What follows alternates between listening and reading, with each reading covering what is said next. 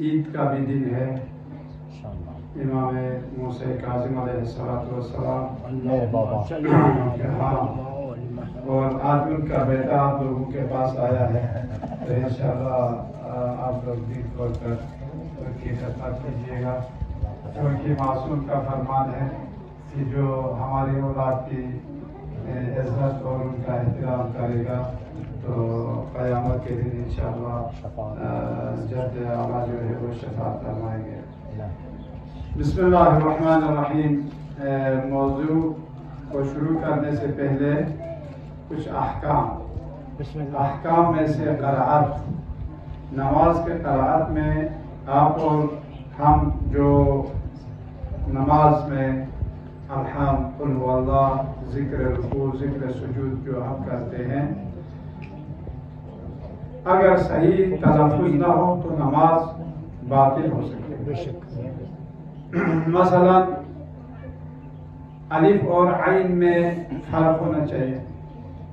مثلا الحمد، ہا اور ہا میں فرق ہونا چاہیے. اچھا، جو قاف اور کاف میں فرق ہونا چاہیے. اگر فرق نہ ہو تو اس صورت میں معنی بدل جائے گا. جیسے قل هو اللہ احد، قل یعنی کہو، قل هو اللہ احد یعنی کہو کہ خدا ایک ہے. اگر ہم اسے قل هو اللہ احد کہیں تو خدا کو کھا جاؤ. قل یعنی کھاؤ، کھاؤ کسے کھاؤ؟ هو اللہ احد، وہ جو خدا ایک ہے اس کو کھا جاؤ. کتنا معنی میں فرق ہے. لہذا اگر ہم قل هو اللہ پڑھیں گے تو اس صورت میں نماز باطل ہے.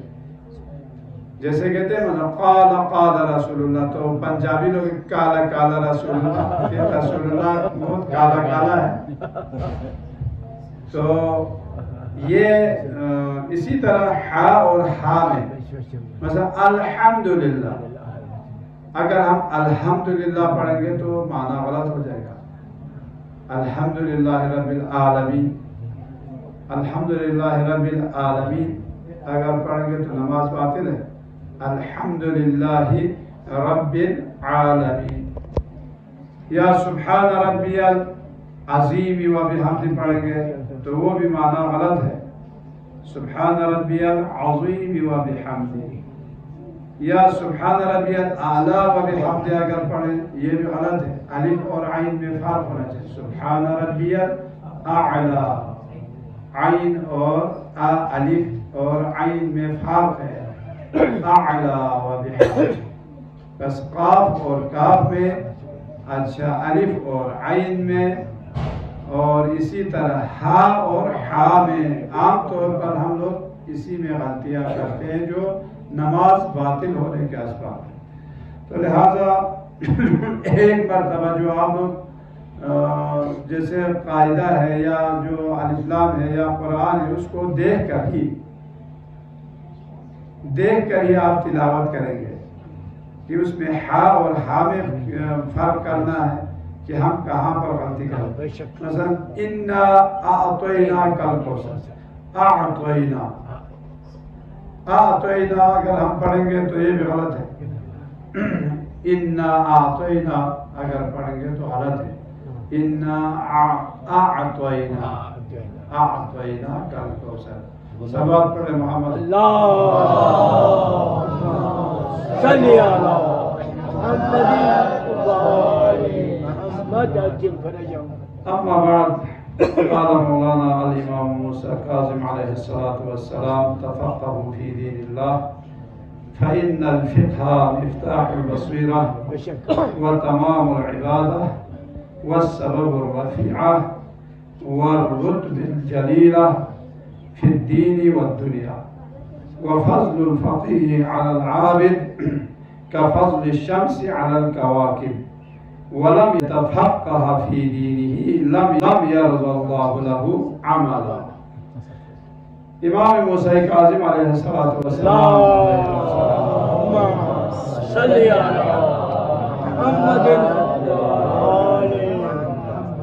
علم فقہ کی اہمیت کو بیان کرتے ہوئے فرماتے ہیں تفقہوا فی دین اللہ فإن الفقہ مفتاح البصیرت، بصیرت اور حکمت کی چابی ہے، سبحان اللہ، وہ تمام العبادہ، اور عبادت کامل جو ہے وہ کیا ہے؟ فقہ ہے، یعنی احکام میں، دین میں سوچ بوجھ رکھنا، دین کو تلاش کرنا، دین کو سیکھنا، یہ کیا ہے؟ تمام عبادت اسی میں ہے۔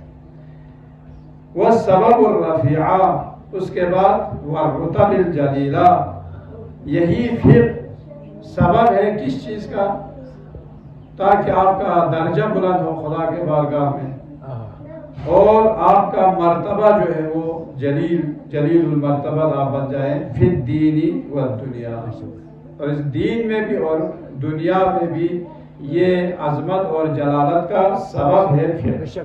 وفضل الفقیر، اس کا کیا ہے؟ علی العابد، عابد کے اوپر کفضل الشمس علی الکواکب، جس طرح سورج کو باقی تمام ستاروں پر فوقیت حاصل ہے، اسی طرح ایک فقیر اور ایک مجتہد کو باقی تمام لوگوں کے اوپر فضیلت ہے کہ ایک مجتہد۔ اسی لیے ہماری تاریخ میں، تاریخ شیعیت میں جو ہے فقہا اور مجتہدین اعظام کے جو ان کا بڑا کردار ہے۔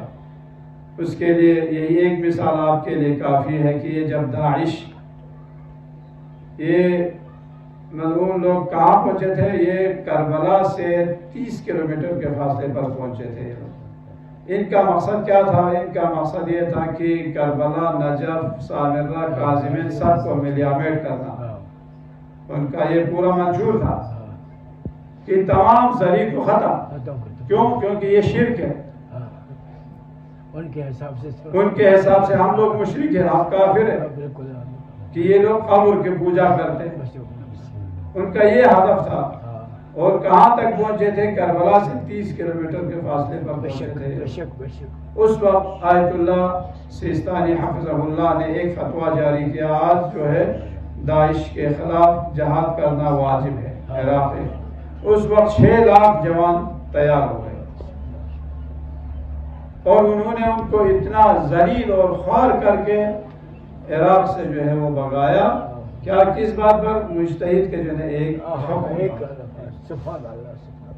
اس سے پہلے جو ہے تحریک تمباکو کے نام سے جو ہے ایک تحریک چلی تھی ایران میں، وہ کیا تھا؟ یہ انگریزوں نے جو ہے وہاں کے جو معدنیات یا جو وہاں کے سرمایے پر اپنا قبضہ جمانے کے لیے بہانہ یہ تھا کہ وہاں پر تمباکو کی کاشت کی جائے۔ تو جب آیت اللہ مرزا شیرازی جو ادھر عراق کے پتہ نہیں کس کونے میں بیٹھے ہیں، جو چل پھر بھی نہیں سکتے، انہوں نے آدھا سطر کا جو ہے ایک سطر پورا بھی نہیں، آدھا سطر کا ایک فتویٰ جاری کیا، آج کے بعد تمباکو پینا، تمباکو کی کاشت کرنا سب حرام، شرعاً حرام ہے۔ جب یہ فتویٰ آ گیا تو کیا کیا؟ سب نے جو ہے نا ان کو آگ لگا دی، جو انہوں نے تمباکو جو ہے نا وہاں ایران میں کاشت کرنے کا، بلکہ شاہ ایران کے، اس زمانے کے شاہ ایران کو اعلیٰ حضرت کے نام سے پکارا جاتا، اعلیٰ حضرت، کوئی نام لینا جو ہے نا کسی کی اس میں نہیں، اعلیٰ حضرت کا حقہ جو ہے نا وہ توڑ دیا گیا۔ تو اسے بڑا غصہ آیا، میرا حقہ کس نے توڑا؟ تو اس کی بیوی نے ہی توڑا۔ اس نے کہا اس نے توڑا، کیوں؟ اس لیے کہ یہاں پر جو ہے نا تمہارا نہیں بلکہ میرا مجتہد کا فتویٰ ہے، اس کا حکم ماننا میرا واجب ہے۔ میرا مجتہد نے فتویٰ دیا ہے کہ کیا نام ہے یہ حقہ چیلیم بولو بھی چیلیم بولتے ہیں، حقہ کو فارسی میں چیلیم بولتے ہیں۔ اچھا، یہ پینا جو ہے یہ حرام قرار دیا، لہٰذا ہم نے توڑ دیا۔ وہاں پر شاہ ایران کو بھی یہ جرأت نہیں ہوئی کہ مثلا اپنے بیوی کے مقابل ہے وہ کرے۔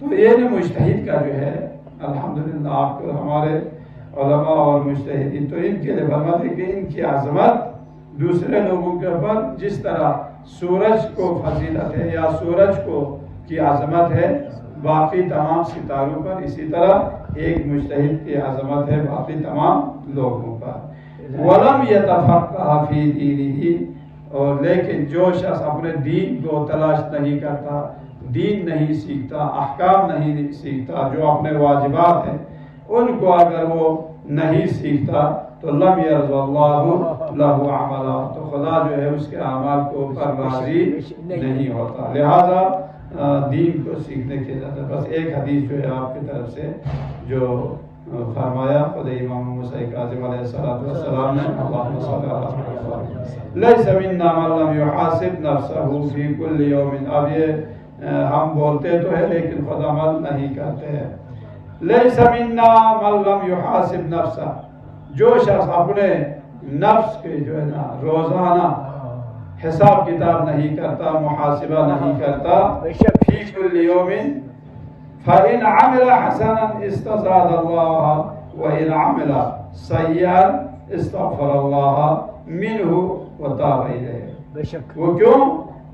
حساب کریں گے، محاسبہ کریں گے، آپ محاسبہ کر کے اگر آپ نے دیکھ لیا کہ آج کے دن صبح سے لے کر رات تک میں نے نیک کام انجام دیا تو خدا تعالیٰ کا شکر ادا، پروردگار تیرا شکر کہ آج جو ہے نا ہم نے یہ نیک اعمال ہم نے انجام دیے، کوئی برا عمل انجام نہیں دیا، تو خدا تعالیٰ سے اس کو مزید اس کو بڑھانے کے لیے دعا کرنا چاہیے۔ استزاد اللہ، خدا تعالیٰ سے مزید اس کے میں اضافہ ہونے کے لیے دعا کرے۔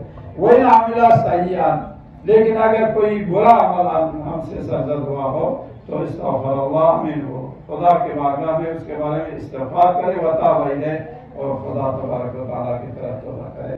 اسی پر اکتفا کرتے ہوئے دعا کرتا ہوں پروردگار جو جتنے بھی مومنین یہاں پر حاضر ہیں، مومنات حاضر ہیں، ان سب کے تمام شرعی حوائج کو پورا فرما۔